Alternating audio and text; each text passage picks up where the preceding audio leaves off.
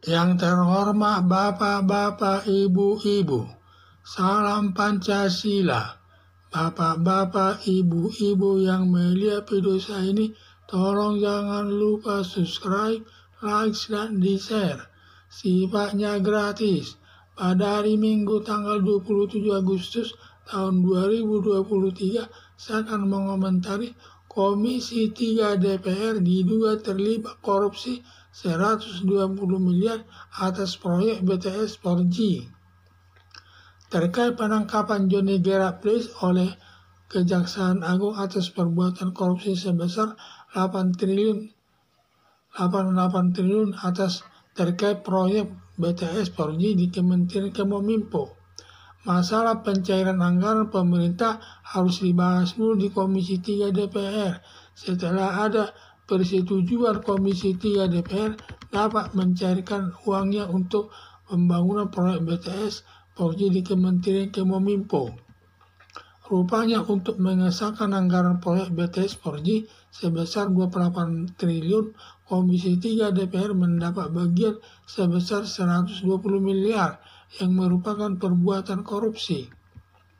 Setelah anggaran tersebut cair dari Komisi 3 DPR, lalu Menteri Kominfo Johnny Gerard Place merealisasikan pembangunan tower sebanyak 7.000 tiang, tetapi pembangunan yang dilakukan banyak yang tidak terbangun, yang dikorupsi sebesar 8 triliun atas proyek BTS tersebut. Diduga dari hasil korupsi sebesar 8 triliun, lalu menyerahkan bagian Komisi 3 sebesar 120 miliar. Hanya mengesahkan anggaran saja DPR mendapat bagian, padahal Komisi 3 DPR banyak mengesahkan dana anggaran kepada seluruh proyek negara. Kalau dijumlah semuanya bisa puluhan triliun rupiah dinikmatinya. Para anggota DPR sudah digaji pemerintah yang relatif tinggi penghasilannya. Tetap Komisi 3 merasa tidak puas, maka minta bagian lagi sebesar 120 miliar tersebut. Makanya DPR pernah mendapat julukan terkorupsi dari seluruh lembaga negara. Anggota DPR Komisi 3 tidak ada rasa malu selaku anggota Dewan Perwakilan Rakyat, justru memakan uang rakyat.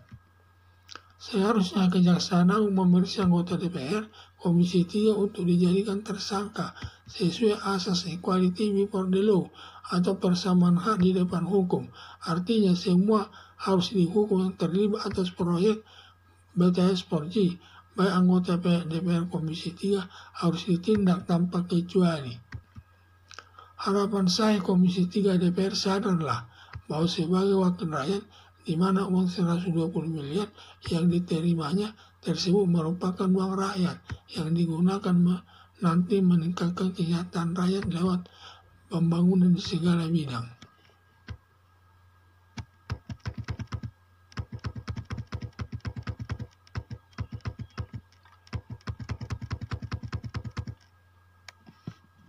Terkait penangkapan Johnny Gerard Place oleh Kejaksaan Agung atas perbuatan korupsi sebesar 8 triliun terkait proyek BTS 4G di Kementerian Kominfo.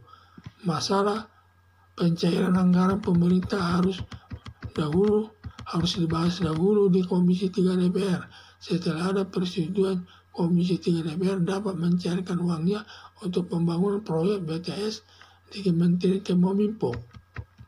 Rupanya untuk mengesahkan anggaran proyek BTS 4G sebesar 28 triliun, Komisi 3 DPR mendapat bagian sebesar 120 miliar yang merupakan perbuatan korupsi. Setelah anggaran tersebut cair dari Komisi 3 DPR, lalu Menteri Kominfo Johnny Gerard Place merealisasikan pembangunan tower sebanyak 7.000 tiang, tetapi pembangunan yang dilakukan banyak yang tidak terbangun, yang dikorupsi sebesar 8 triliun atas proyek BTS tersebut. Diduga dari hasil korupsi sebesar 8 triliun, lalu menyerahkan bagian Komisi 3 sebesar 120 miliar. Hanya mengesahkan anggaran saja DPR Komisi 3 mendapat bagian mendapat bagian, padahal Komisi 3 banyak mengesahkan dana anggaran kepada seluruh proyek negara. Kalau jumlah semuanya bisa puluhan miliar, puluhan triliun rupiah dinikmatinya. Padahal anggota DPR sudah digaji pemerintah yang relatif tinggi penghasilannya, tetap Komisi 3 merasa tidak puas, maka minta bagian lagi sebesar 120 miliar. Makanya DPR pernah dapat julukan terkorupsi dari seluruh lembaga negara. Anggota DPR Komisi 3 tidak ada rasa malu selaku anggota Dewan Perwakilan Rakyat justru memakan uang rakyat. Seharusnya Kejaksaan Agung memeriksa anggota DPR Komisi 3 untuk dijadikan tersangka sesuai asas equality before the law atau persamaan hak di depan hukum.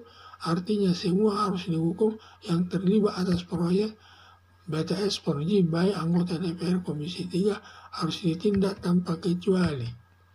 Harapan saya Komisi 3 DPR sadarlah bahwa sebagai wakil rakyat di mana uang 120 miliar yang diterima tersebut merupakan uang rakyat yang digunakan meningkatkan kesejahteraan rakyat lewat pembangunan di segala bidang. Sekian dan terima kasih.